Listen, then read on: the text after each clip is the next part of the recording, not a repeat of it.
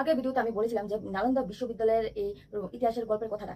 কিন্তু কিন্তু নালন্দা বিশ্ববিদ্যালয়কে যেভাবে বখতিয়ালি খিলজি সে সময় পুড়িয়েছিল, কিন্তু সে সময় এই পুরানোটা এত সম্ভব ছিল না। কিন্তু সে কিভাবে এই বিশ্ববিদ্যালয়কে পুরাতে সাকসেস হয়েছে, আজকে সেটা নিয়েই কথা বলবো। ফরাসি ইতিহাসবিদ মিনহাজ উদ্দিন দিন সিরাজ পুরো নাম লিখেছেন খিলজির অভিযানের কথা। কিন্তু ব্রিটিশ উপনিবেশিকরা আমলে এই গল্পটা বারবার বলার কারণে একসময় এই গল্পটাই সত্যি হয়ে যায়।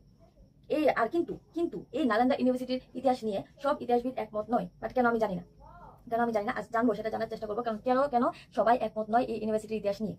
নীলকান্ত শাস্ত্রী আর রমেশ মজুমদার বলেন যে স্থানীয় আক্রমণকারীরাও এই ইউনিভার্সিটিকে পুরানোর সঙ্গে যুক্ত ছিল, নাহলে বখতিয়ালি খিলজি সম্ভব ছিল না এই ইউনিভার্সিটিকে পুরানো। আসলে ছিল, কারণ একটা বিদেশি আক্রমণকারী হঠাৎ করে এসে কিভাবে ইউনিভার্সিটিকে পুড়িয়ে ফেলে, সে আসার রাস্তাটাও কিভাবে পেলো, আসার সময় তো অনেক দেশ বা রাজ্য বলো, এখন তো রাজ্য তো পার হয়ে আসতে হয়েছে। অনেক রাজাকে অতিক্রম করে আসতে হয়েছে এই বিহারে নালন্দা ইউনিভার্সিটিকে আক্রমণ করার জন্য। কিভাবে সম্ভব হয়েছে? কেউ না কেউ তার সাথে সঙ্গে ছিল, যে কারণে সে বখতিয়ালি খিলজি সাকসেস হয়েছে এই বিশ্ববিদ্যালয়কে পুরানোর জন্য। আর দুর্নীতি ও বিশ্ববিদ্যালয়ের ভেতরে থেকে দুর্বল করেছিল। আর কোশাম্বীরও একজন রাইটার, হিস্ট্রি লেখক। প্রাকৃতিক দুর্যোগও এর কারণ হতে পারে, কিন্তু আমার মতে এই প্রাকৃতিক দুর্যোগ এই নালন্দা ইউনিভার্সিটিকে পুরানোর কোনো কারণ ছিল না। কেননা সেই সময় এই ক্লাইমেট চেঞ্জ হতে অনেকটা সময় লাগতো, আর সেই সময় যে আবহাওয়া এত পরিষ্কার ছিল যে এত তাড়াতাড়ি ক্লাইমেট চেঞ্জ হতো না। তো সেই সময় এই দুর্যোগ কিভাবে হতে পারে? এটা সম্ভবই না। সাময়িক তিব্বতী ও বৌদ্ধ সূত্রগুলোতেও এই লিখিত কোনো কোনো প্রমাণ নেই, আমিও পাইনি। কিন্তু আমি রিসার্চ করতে বসেছিলাম সেই নালন্দা ইউনিভার্সিটির জন্য, আমি বুদ্ধিস্টের কোনোই প্রমাণ এখানে আমি পাইনি।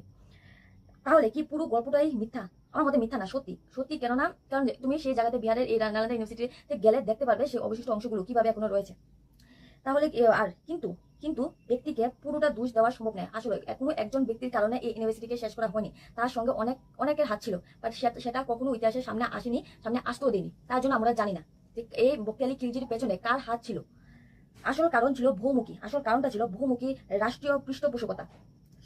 সরে যাওয়া বিক্রম নীল আর উদ্যন্তপুরীর দিকে ভারতের বুদ্ধ ধর্মের ধীর পতন। সেই সময় ভারতে যে বুদ্ধ ধর্মের প্রতিষ্ঠা ছিল একটা সময়, সেই সময় এই ইউনিভার্সিটির পুরার কারণে ভারতে বুদ্ধ ধর্মের পতন হয়েছিল। আর তারপর একাধিক আক্রমণ আর রাতের আগুন না শতাব্দীর পর শতাব্দী ইতিহাসের এক নায়ক আর এক ভিলেন। আমি নায়ক বলবো না, কারণ সে কোনো সময় নায়ক ছিল না। এক ভিলেন বলবো, কারণ যেহেতু একজন আতঙ্কবাজি বলবো না, সরি, বাট তবে একটা একজন নিষ্ঠুর একটা সেনা ছিল এই বখতিয়ালি খিলজি। ভাগ করাটাই সহজ, কিন্তু সত্যিকারের ইতিহাস থাকে ধূসরের জায়গায়। আসলে কারণ এই নালন্দা ইউনিভার্সিটির হিস্ট্রি তুমি খুঁজতে গেলে তার কিছু কিছু অংশ পাবে, সেটাকে দিয়ে তোমাকে বুঝতে হবে এই ইউনিভার্সিটির ইতিহাসটা কি ছিল। পুরোটা হিস্ট্রি লেখা হয়নি, কারণ ভালো যে জায়গাটা সেই জায়গাটাই লেখা হয়েছে।